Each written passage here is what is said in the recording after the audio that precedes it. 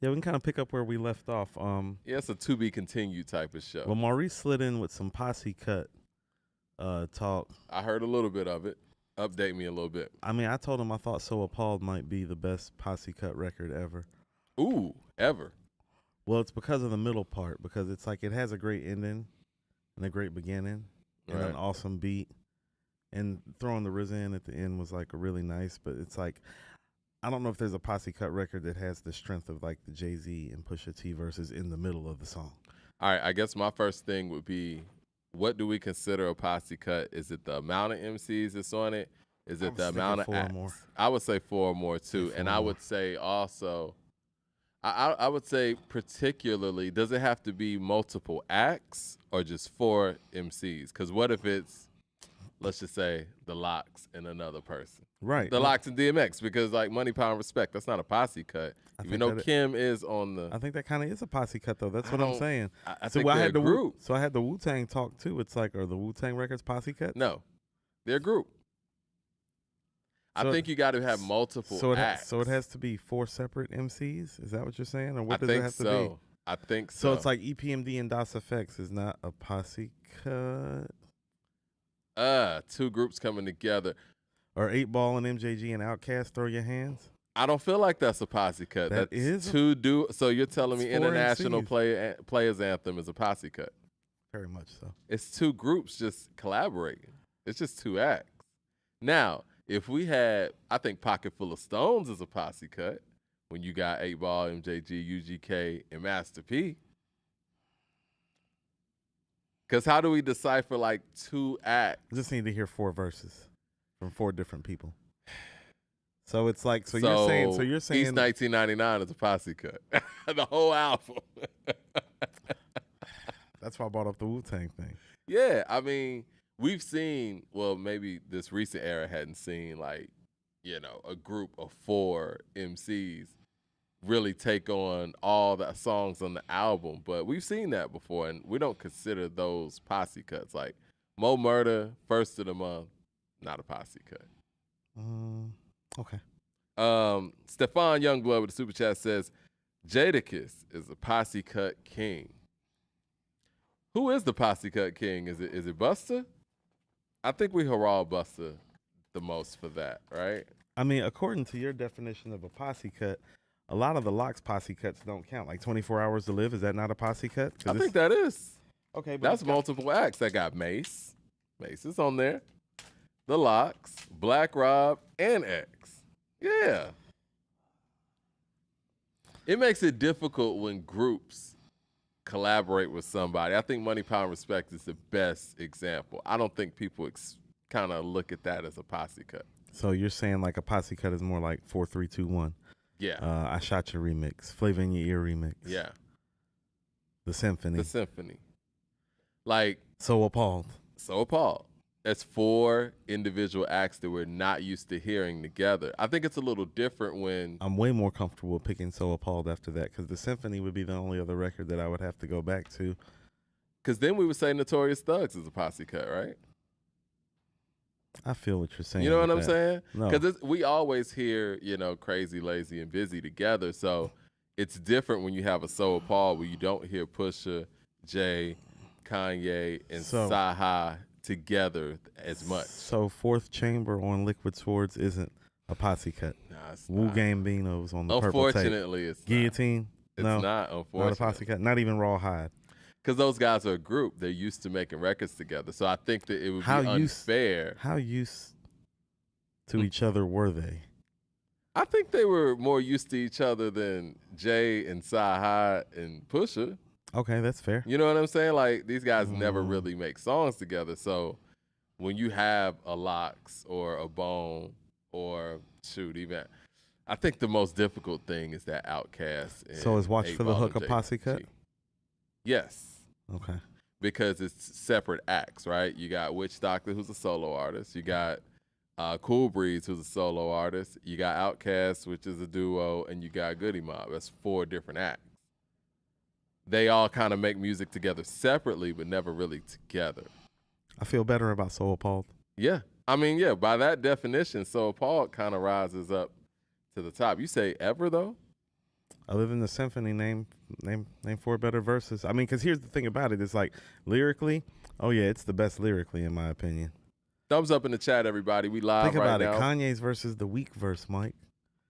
Well, I mean, housekeeping. I mean, goddamn, one time. We're going to talk about Kanye briefly on the show because Late Registration, your favorite Kanye album, is celebrating the anniversary. Yeah. I think that his gift when it comes to being an MC, and I know we kind of discount Kanye as an MC because he's had writing help somewhere or another.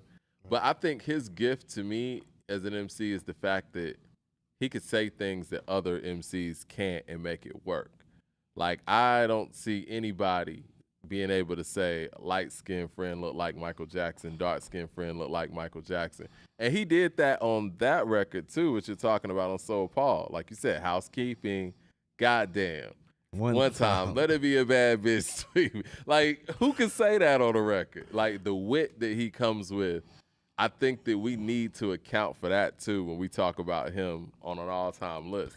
He has a very like dry and dark humor. Right. It's not Biggie, but it's kind of like shades of that. It's like a little dark, a little dry. Not as, but you know, he said stuff where it's like, oh, it's like, yeah, this dude. Now, people in the chat are saying something that I think we need to discuss. What? John Blaze.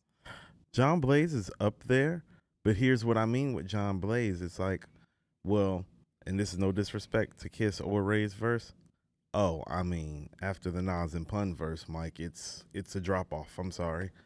It's a drop-off on the record after the Nas and the Pun verse. That's what I'm saying. So Paul keeps going. You think bar for bar, So Paul's better than 4-3-2-1? I would lean on the I Shot You remix. That's a big more one than I would lean on 4-3-2-1. I was gonna go there. I wanted to start with 4-3-2-1. No. That's not no, because Meth and all of them guys got better guest appearances and bar work than that. Hot Nicks and this one for all the sick ones afflicting. Poison it, dark signals. Best believe finger itching with two broke legs. How should I begin this? I'm just so offended. How much I must have mentioned about all these fucking beginners. I'm so appalled. I might buy them all. You don't think Cannabis verse is better than everybody's verse on there? No. You don't think so? No. Well, it's like, Cannabis I'm the illest nigga alive. Watch me prove it. I snatched the crown with your head still attached to it. Cannabis the type to fight for mics, beating niggas to death and beating dead niggas to life. If you look at me long enough, start to reach your thoughts if the signal was strong enough. And then I call your bluff like, yo, how many rhymes you got? I can go on for more millenniums than monsters got on the car lot. I don't know, man. And it's nowhere to run to when I confront you. I call you bluff like you had a phone number. Who want to see Cannabis get wild? Who want to get shot down by air service missile or taking on, shape, size, and forms to get on? Any nigga who ain't close enough to shit on. 0 to 60. Is better than that. I'm already doing 100 when I'm blunting. I get a mic to any nigga that want it. I don't know, man. It's just saying stuff, Mike. That's what I'm saying. Just saying stuff. That's the Eminem stuff, right? It don't mean nothing, though. What does it mean, Mike? Like, for real, like, look at it now. It's like, what does it mean? That shit don't mean nothing. Somebody said exactly what I was thinking when I was spitting it. It said, that shit was so dope when I was a kid. When I was a kid. That's what I'm saying. It's like, listen to what you just said. It's like, oh, no. It's like, oh, that's cool. I was thinking that when I was rapping it, too. I was like, yeah, when I was a kid, this shit was crazy. But now it's like, No, I'm with you. I Shot You. Remix. Yeah, the I Shot You remix maybe has some Keith Murray, Prodigy. The Foxy verse is great. All the verses on the I Shot You remix are great, so that would be one. I bought up the Flavor in Your Ear remix, but I just feel like, and I like Craig Mack and LL's verse, but I mean Biggie and Busta are like kind of like the scene stealers of the song, so that's up there. Bobbin remix. Is that a Posse cut? Yeah, it is. It is a Posse cut. I don't know if it's up there. I don't know if the quality is up there though.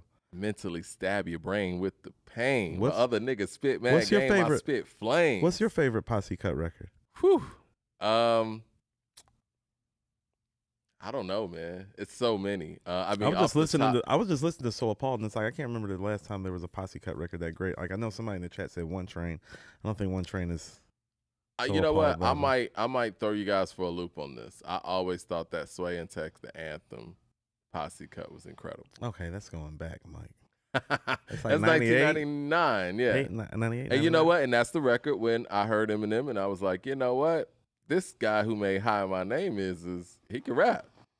No, because he did his thing on there. What's This I is say? my I am house. so outrageous. I wear my pride on my sleeve like a bracelet. If God had an iPod, I'd be on his playlist. My name is. Hold on. What do he say? My cup overrunneth with hundreds. Damn it. Allow for me to waste it. The new commandment. Thou shalt not hate, kid. My movement is like the civil rights. I'm Ralph David. Abernathy. So call my lady Rosa Parks. I am nothing like them niggas, baby. Those are marks. I met this girl on Valentine's Day. Fucked her in May. She found out about April, so she chose to March. Damn, another broken heart. I keep bitches by the twos, nigga. Noah's Ark. Nah. What cannabis verse? What cannabis verse?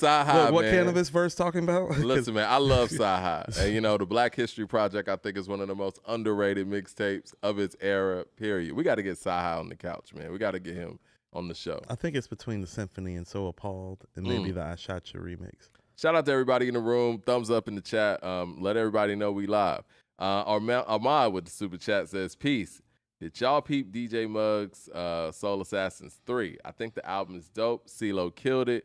Ghost and Westside make a perfect combo. We were actually going to talk about that. Yeah. Jay Short with the super chat says, from a historical perspective, it's Flavor in Your Ear or Benjamin's. That might be the best posse Benjamin's cut is up there. I think that's the best posse cut ever. You could argue that. Yeah. Sonically, it's So Appalled. And all the MCs on So Appalled had their own flavor. Yeah. Stefan Youngblood with the super chat says, I'm So Appalled has the hardest beat as a posse cut, but lyrically, I don't know. I think the hardest beat goes all about the Benjamins, in my opinion. See, okay, so let me see. What I want to do. Yeah, it has the beginning. It definitely has the ending with Kim and Big. Jeez.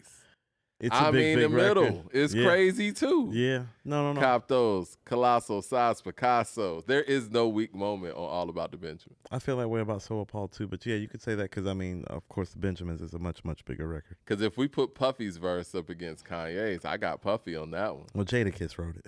Well, I mean, you know, I'm just saying.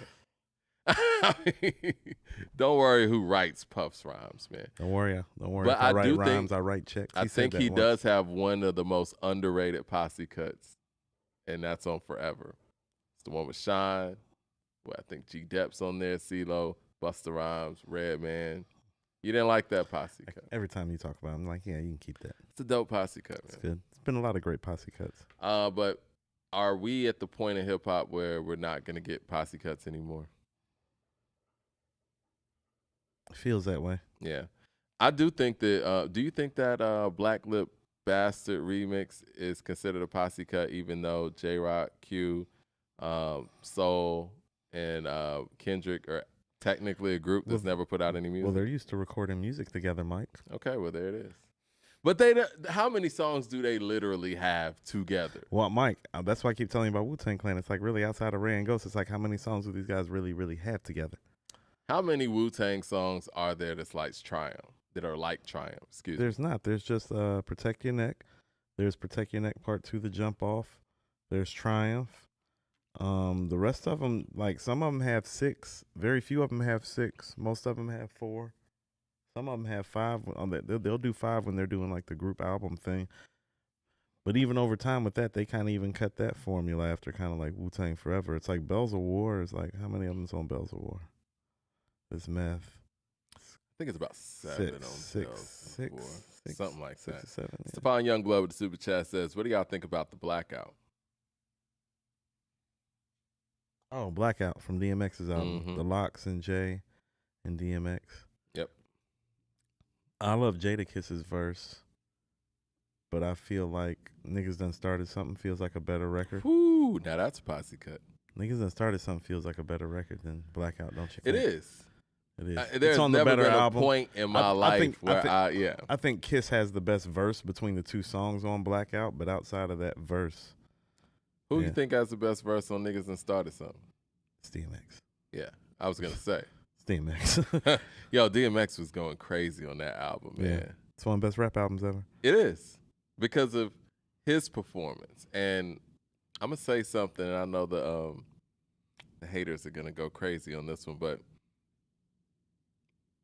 as a solo performer and solo performance, Even the great Jay-Z doesn't have a moment like It's Dark and Hell is Hot. That's what I was saying. It's like Doesn't. Just doesn't. Do you think It's Dark and Hell is Hot is better than Reasonable Doubt? Want a station head and find out? You know, again, man, I'm the person that got on this show and gave the nod to It's Dark and Hell is Hot over Ready to Die. So I'm not going to underestimate It's Dark and Hell is Hot. You really shouldn't. I think that, let me get this super chat. Joe Young with the super chat says, what's up, guys? I love So Appalled 4321 is great. Yeah, it is. Ab Studio says, Puffy, Journey Through Life. Amazing track. Yeah. Jay Short with the super chat says, y'all forgot about So Fly. That's definitely top 5. The beat is fire too. And Mace had the best verse on Niggas Done Started Something, just saying. I disagree with that. But this is what I'm going to say. When it comes to This Dark and Hell is Hot, this man gave us his life. You know, I don't really think there's a weak moment on that album because even in the quote-unquote weak moments, he still gave you his life. Like Reasonable Doubt has the coming of age moment where that's kind of like that song sounded like it was dated. It sounded like it was probably recorded first as well. I don't think Regrets is a quote-unquote weak song, but I think it's a weaker moment on that album because of how high the levels are on Reasonable Doubt. I think Jay's a better lyricist on Reasonable Doubt, but I think X is the much better artist on It's Dark and Hell is Hot. And the fact that, if we look at both albums, Rough Riders Anthem is a hit. And Reasonable Doubt doesn't have that level of a hit. Well, it's funny that you say that. If you actually go look at the albums even hit-wise, It's Dark and Hell is Hot has the bigger street songs, but it has the bigger hits too, Mike. It does. How's It Going Down? It's a big hit. It is. Rough Riders Anthem's a big hit. How's It Going Down is bigger than Can't Knock the Hustle. Get At Me Dog was huge, Mike. Yeah. Stop Being Greedy. Yeah. These are the singles. Yeah. That's bigger than the singles on Reasonable Doubt. I would say the street single on Reasonable Doubt's Dead Presidents, right? It's Dead Presidents, and I know it's 2 different situations because, Jay was on Priority where X was on Def Jam. Correct. But more marketing. We know that the impact of Get At Me Dog was a lot more than the impact of Dead Presidents. Now, granted, I would pick Dead Presidents as the better song, but not by a lot. Not by a lot. Not by a lot. Not by a lot. Not by a lot. And what he also has. If you wanted to draw it, I'm cool with that. Right. He also has Stop Being Greedy on the other end of that too. Right. So not only were we sold on we got Ain't No Nigga and Can't Knock the Hustle. Right. And Dead Presidents and Feeling It. Right. Not only were we sold on Get At Me Dog, but Stop Being Greedy was right there with it. Stop Being Greedy to me is a better record than Get At Me Dog. I think Stop Being Greedy is the best song on the album. It's arguable. And if you want to line up stuff like Damien with The Evils, it lines up. I think The Evils is the better record, but not by a lot. By very little.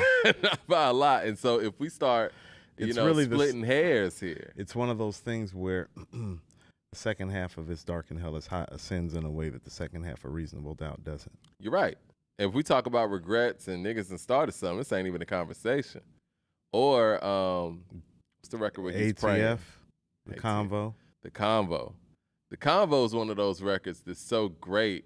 It's caught up in a great album. So we don't talk about it. Yeah.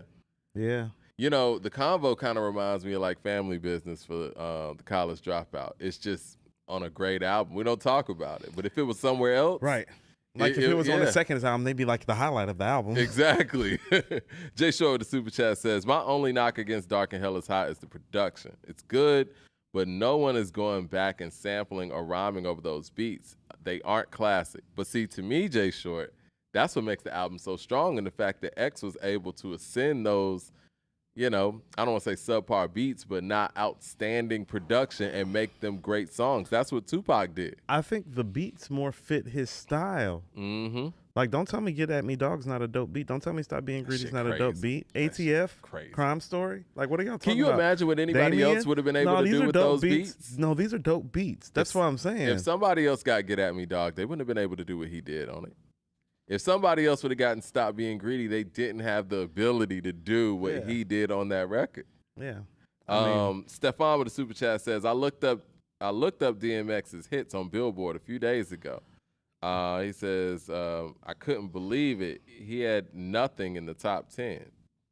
What people got to understand, though, and I'm not making excuses or whatever, but this whole top 10 and hip-hop records being in the Billboard top 10, that's a recent thing. In the 90s, it wasn't like that. You had the Celine Dion's walking around the world. And rap records really weren't hitting top 5, top 10 really until the 2000s. Unless you had a super big record in the 90s. I mean, you stood more of a chance with a Belle Biv DeVoe of doing an R&B record that had some rap flavor and some hip-hop style and aesthetic to it, becoming a hit record, than a hip-hop record, quote-unquote, becoming a big hit. It's like, unless you made, I don't know, Summertime. You know what I'm saying? Yeah, the big ones. Because like, let's look that up too. Like Forever, however you feel about it, like you can't touch this. It's like, no, you had to make something like you had to make something like that. Go look up what Ice Cube's Today Is a Good Day did on the charts. You probably be surprised. You know what I'm saying? I mean, I bet you We Be Clubbin's probably a bigger record. Probably is. Numerically. It's not better. No, it's not more classic. Not even a little bit. So it doesn't really matter. I love We Be Clubbin'. Joe Young, me too. Joe Young with the super chat says, you got to put Reservoir Dogs up there. They came through on that track. Styles P dissing Jay was a great moment in hip-hop. You're right, Coop. You had to step your pen game up at the time. I like Four on Blaze.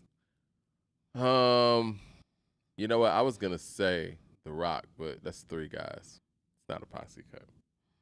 Yeah, I was thinking I4 and I was up there too. Mobb Deep and Nas and Ray.